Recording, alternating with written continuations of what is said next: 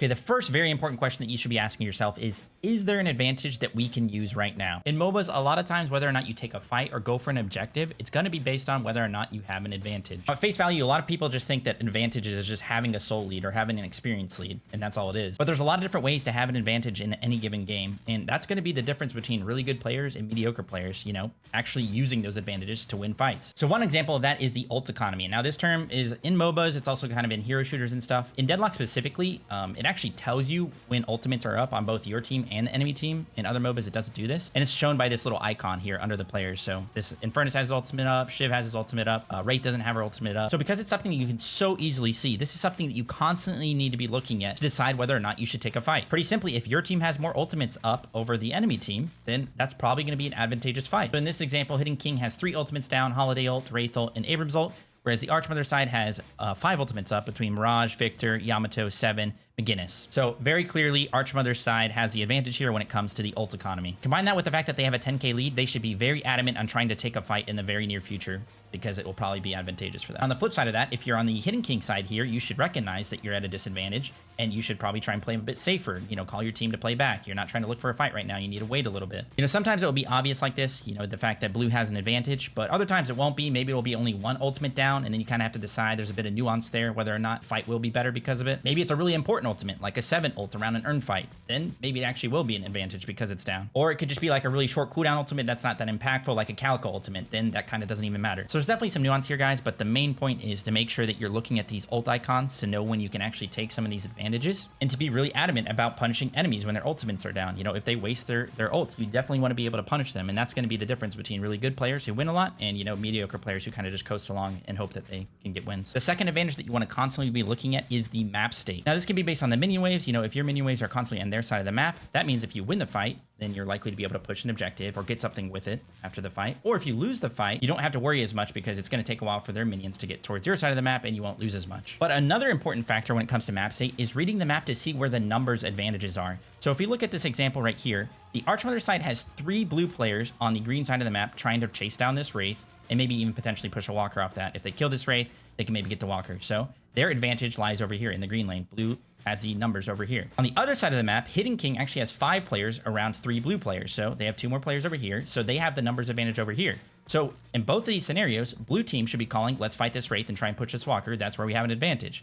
Hidden King should be calling to fight over here because they have the advantage over here. And if they kill these guys, they could potentially push this Walker to kind of match this Walker push over here. What does this mean? It means you should be trying to abuse the fact that you have a power play somewhere because you just have more players in that scenario. And this can be as simple as just having 2 people across the map. If Hidden King notices there's only 2 people in this green lane, say just this McGinnis and Victor, that still means there's going to be an advantage over here because they're going to be missing 2 people and they could potentially have 1 more extra here. You guys just constantly look at the map, question the map state, and ask yourself, do we have an advantage that we can push by having extra people nearby? And the third potential advantage that I want to talk about is the item situation that you have in any given game. Let's just say as an example real quick, a 7 is building around his ultimate. He's the most fed on the enemy team. You guys just bought knockdown for him and he doesn't have unstoppable yet based on his items here. That means you probably want to take a fight because they're playing around their 7 ultimate, but we're going to be able to counter it by knocking it down. And that probably means we have a much better chance at winning that fight just because we've countered their strongest opponent. Now this could also mean you just got a huge power spike, inversely to this. Let's say the 7 got unstoppable here. That means maybe it's a go situation for them now because he won't get knocked down in his ultimate and they can play around that fact. Or maybe it's a Dynamo who just got his refresher, so now he has 2 Dynamo ults for a team fight around mid-boss. The point is, guys, there's a lot of examples, but it's still a question that you should ask yourselves, what's the item situation? Do we have an advantage based on items? Which goes back to, will we win the fight off of it because we have that advantage? Okay, guys, the second question that every Deadlock player should be asking themselves is, what will we gain from winning this fight? The way you win any MOBA game isn't by winning the fight, guys. It's by getting the stuff after you've won the fight. The stuff after the stuff, as a wise man once said. So this is going to be your objectives, your camps, structures, base guardians, and eventually, hopefully, the patron. So some sub questions to that are, what time in the game is it? Because this is going to decide what even is available for you to do or whether you're strong enough to do that thing. So if it's later on the game, it might be a mid-boss. But if it's early in the game, it might just be like, a tier 1 camp, or maybe you'll steal some boxes that are near the enemy side of the map. Another subsequent question is, where are we on the map?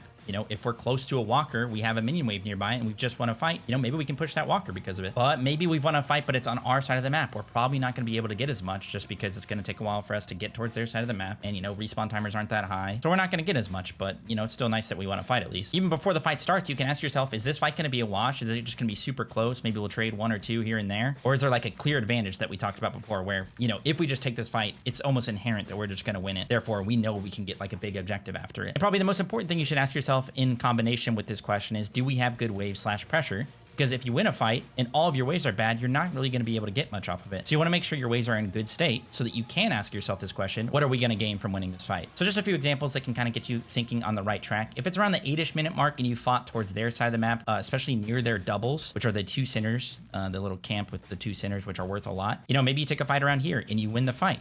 It probably equals, means you're probably going to be able to get and steal their 2 centers. And maybe even the 3rd that's right next to their doubles. You know, this is just a huge win in the mid game. You've won the fight and you've got an objective after, which, you know, the objective is the doubles. But maybe it's around the 3-ish minute mark. You know, it's still early on in the game, but you've double killed your lane opponents. It might just mean a bit of tower damage. Maybe you get like 25% of the tower's health gone. Or maybe you steal this tier 1 camp or steal a few boxes like I mentioned before. You know, these are small wins because it's early on in the game, but wins nonetheless, and they're objectives that you've gotten by winning a fight. Now, on the flip side, later on in the game, maybe around the 20-ish minute mark, and it doesn't really matter the exact location, but anywhere around the middle of the map, you've won a fight pretty handedly. That probably means you should go pull a mid boss. I'm just trying to show you guys that it's not really exactly the fight that's important, it's what you're getting after. So all of these things that we can be getting after winning the fights is really, really important. It's what we should be thinking about even before the fight even starts. Now, one important caveat to that is even if you figured out what you want to do after the fight, you've got it all figured out, you have a plan, which is important to have. What is our health state after the fight? Because if we're all low HP, after we've won a fight in mid around the 20-ish minute mark, it's probably not going to be a good idea to go pull the mid boss with these HP bars. It's just not going to work out. If they have low respawn timers and come contest,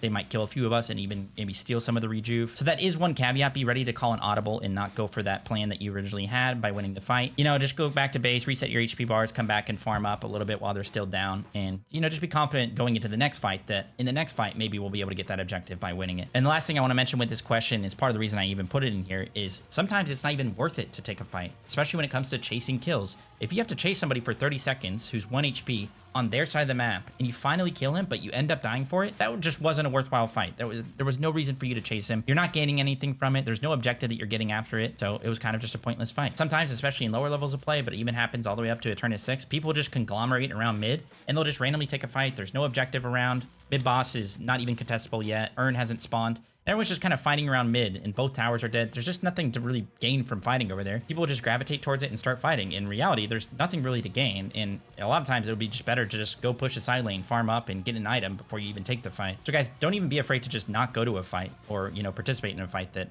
won't really gain you anything. Okay, guys, the third question that especially Deadlock players should be asking themselves is what needs to be countered this game? I say especially Deadlock because Deadlock is unique in that every person on the map should be building to counter the enemy team. So some supporting questions that can help you out with that to figure out what you even need to counter is you should ask yourself who is fed. You know, usually who you need to counter most is the person who's most fed on their team, or maybe their top 2 most fed characters, or even top 3. And when it comes to that, a lot of times there's counter item overlap. And what I mean by that is multiple of their characters will get countered by the same item. Like let's say they have a lot of debuff characters like Infernus, Shiv, Celeste. Those characters will all get countered by the same item, Dispel Magic. Or maybe they have a Lash and a Billy, 2 ultimates that are very telegraphed. You could go counterspell for that and you counter both of them. And the third question with that is what is my role this game? And the reason you should ask yourself this is if you're playing more of a selfish carry role, then you probably want to go stuff to help you survive on your own. Stuff like Dispel Magic, Counterspell, like I mentioned before. Whereas if you're playing more of like a frontline role or a support role, you probably want to go some of these actives or these counter items that will help out the whole team. You know, stuff like a knockdown, stuff like a disarming hex, or even like a curse, because it's not just selfishly going to be good for you, it's going to be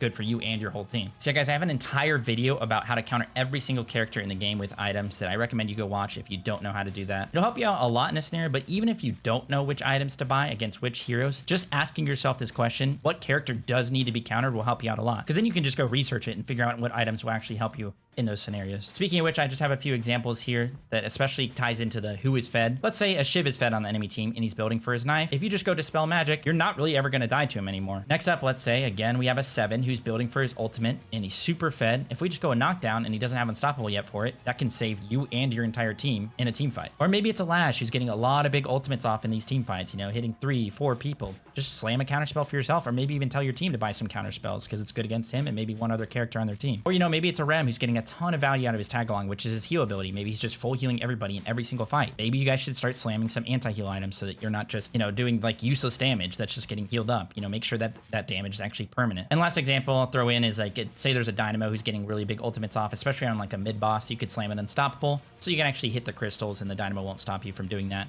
That could win you the game. The point is, guys, these are just some examples and there's plenty of them. But if you just ask yourself what needs to be counterbuilt this game, you're already setting yourself up to win more games. Okay, guys, the fourth question that may not seem so obvious to people is actually trying to figure out what the enemy is thinking, getting to the psychology of them, and asking yourself, what is the enemy trying to do in any situation? A lot of times knowing what the enemy is going to do or trying to do in a situation is just based on what you know is good in that situation. Like where are they on the map? Do they have an advantage? Do they have numbers somewhere? If they do have numbers somewhere, they're probably going to try and push that. Or maybe the fact that they have to answer to waves, which means, your waves are pushing towards their walkers or on their side of the map, which means they need to push those before they try and make a play. Especially when you're behind, if you can try and get into the psychology of what the enemy team is trying to do, it allows you to be better in your reactions and kind of be proactive in a way with your reactions. And one of the things you can do or ask yourself after you figured out what they're trying to do is, can we cross map them? Cross mapping is basically just putting your resources into the opposite side of the map of the side of which the enemy team is trying to make a play. So it's really easy to just show you. In this example from before that we had, the blue team has 3 people over here trying to kill this Wraith again and trying to push this Walker.